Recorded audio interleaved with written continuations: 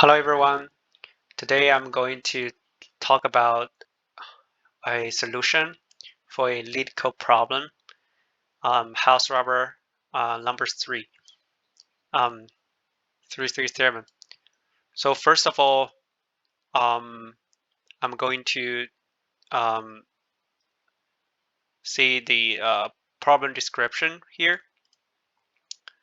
So the background is about like a thief trying to um, rob some houses, and there are some rules of robbery, but after you read the description, basically it means um, giving a binary tree. So each node has one or two children only, and or no children, um, and then the you can take value from some nodes, and then after you take the value from that nodes, all the adjacent nodes you cannot take a value from them. For example, here, the first example, if you take the value 3 here for this node, then you will not be able to take the value of 2 and 3 from these two nodes, like next to this node. You just took the value. However, if you didn't if you didn't take this value of this node, however, you took the value of 2 from this node, then you are blocked for taking value for these two 3, because these two 3s are next to this node, right? However, you can still take the value from this node, which is 3, because they are not next to each other.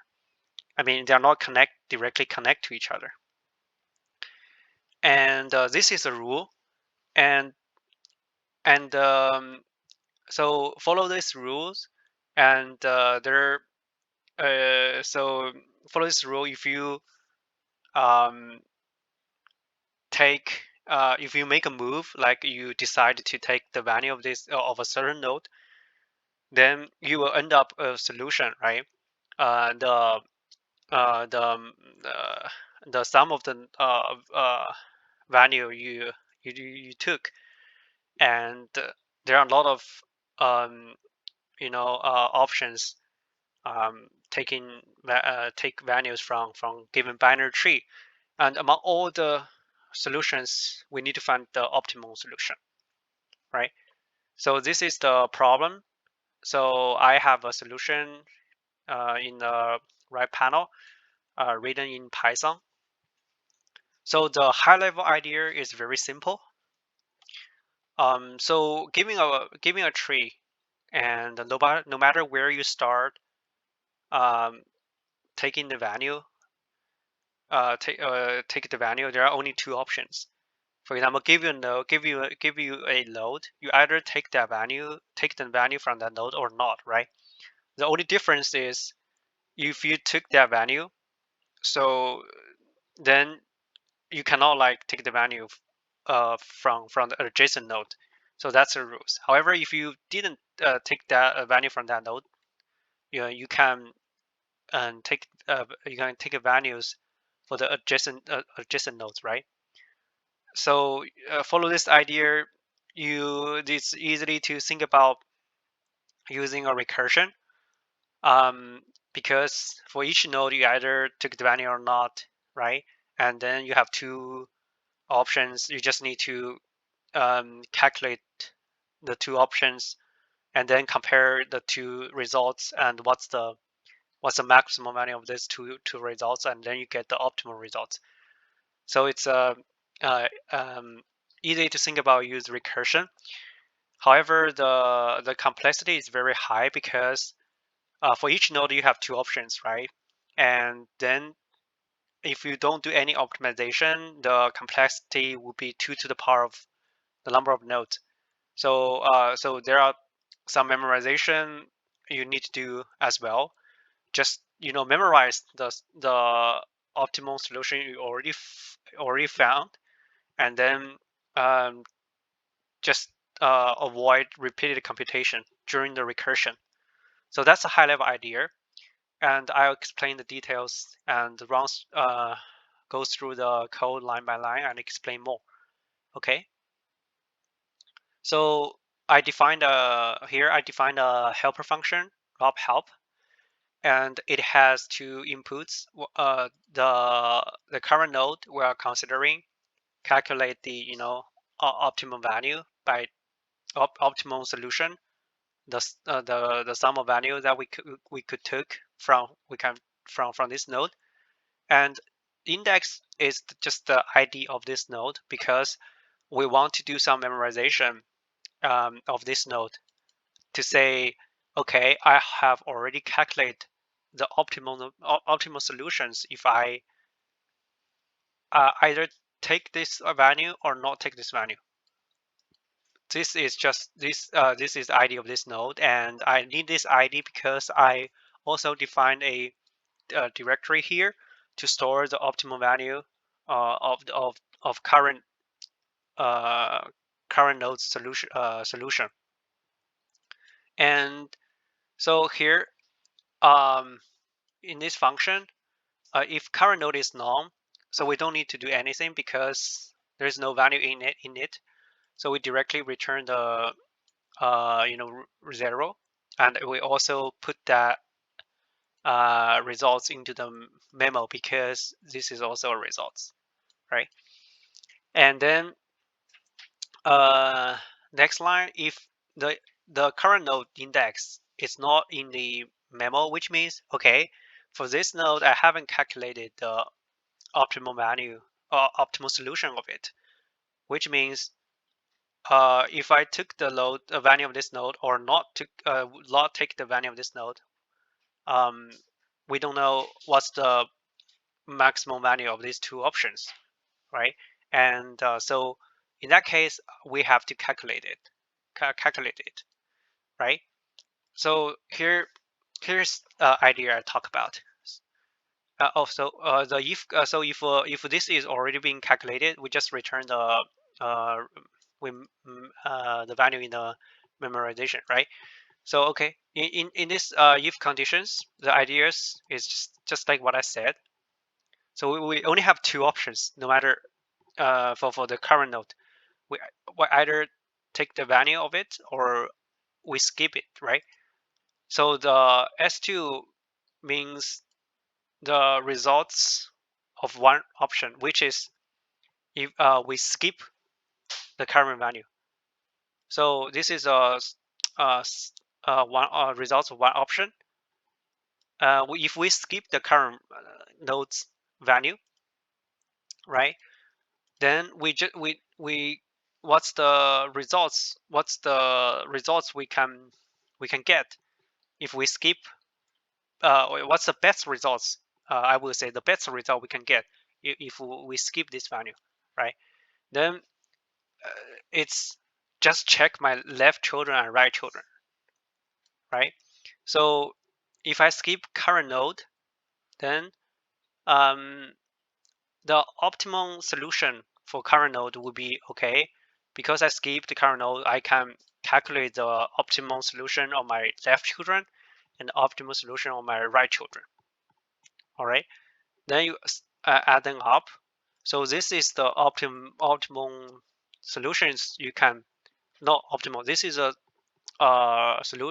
results you can get from skipping these children. Optimal results is skipping this children. Skip this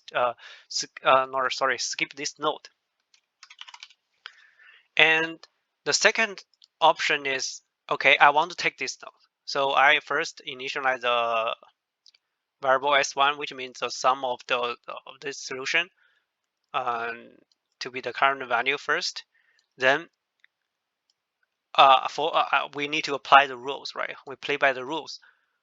So the rule is, if you take the value from current node, then you cannot take value from your children. However, we can still take value from the grandchildren, of current node. So that's why what does this means? So left means my left, the current node's left children's children, right? Left, and left, right, and its index. I'll talk about how the index is calculated later. It's very simple. And so you just, so if it's a binary tree, if you know the current index, if you know the index of current node, you can easily calculate the left children index and right children index like this. So it's a simple math. Just remember it. All right. So then similarly, you give up the current value of no, you took the value of the current node, then you can take the value from your right grandchildren, right? Right children, the grandchildren from your right children.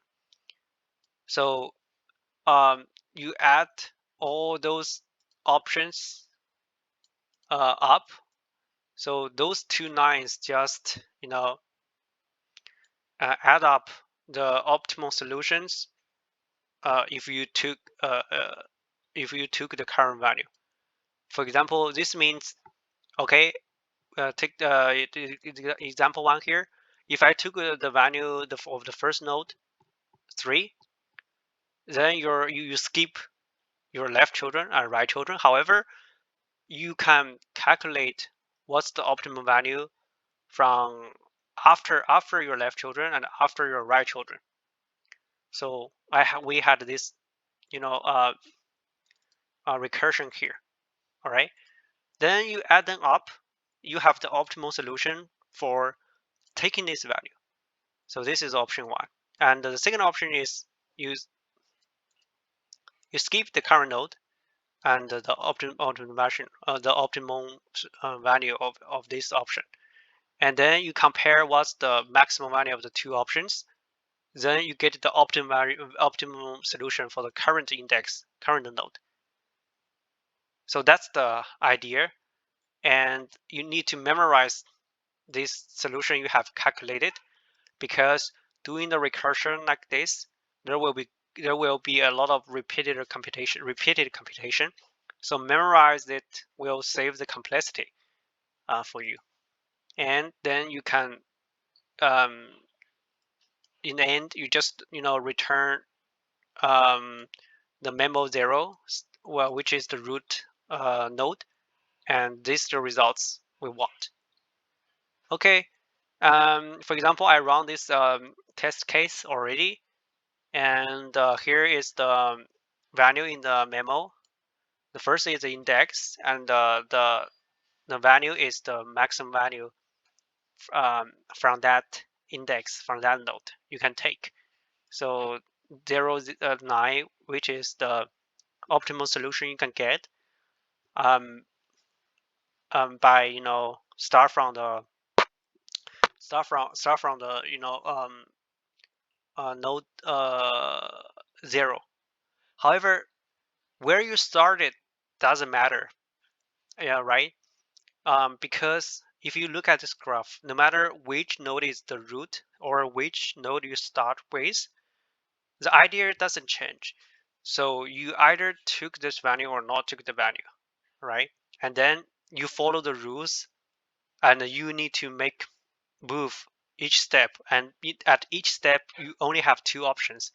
You either take that value or not, right? And you just calculate two options, and then take the maximum of the two options, then you go to the optimal solution of the current node, right? Same idea, no matter where you started from this graph. So that's the solution here. Hope you guys like it, and please, if you have any feedbacks, please comment below, or if you like this video and you want to hear more from me in the future, please subscribe. Thanks for your support.